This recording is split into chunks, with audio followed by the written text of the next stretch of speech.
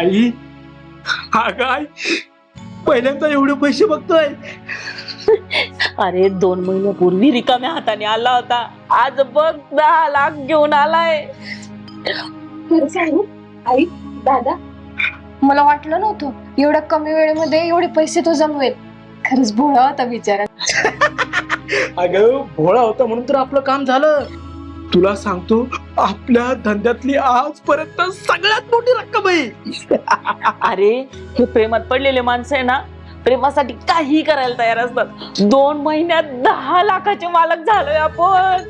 आता पुढे काय करायचं? पुढे काय करायचं? नवीन पाखरा शोधायचा. तुमचं काही खरं नाही बाबा. अगं हीच तर खरी वेळ आहे.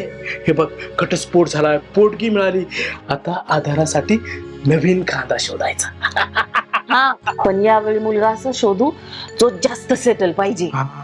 बरोबर, एकुलता एक मुलगा शोधायचा, स्वतःचं घर, चांगली नोकरी आणि सगळ्यात महत्वाचं म्हणजे एकदम भोळा. त्याच्या तोंडावरून माशी पण नाही उठली पाहिजे. आणि पुढे मग पुढे आधी सारखा 3-4 महिने संसार करायचा आणि घरात सगळ्यांचा विश्वास जिंकायचा. हळूहळू भांडणं सुरू करायची. सासू ननंद नवरा सगळ्यांमध्ये. एकदम बरोबर, आणि एक दिवस घर सोडून यायचं. एकदम राईट, पोटगी वागायची. एकदम बरोबर. काही लोकांसाठी लग्न म्हणजे संसार असतो, पण तो आपल्यासाठी धंदा आहे.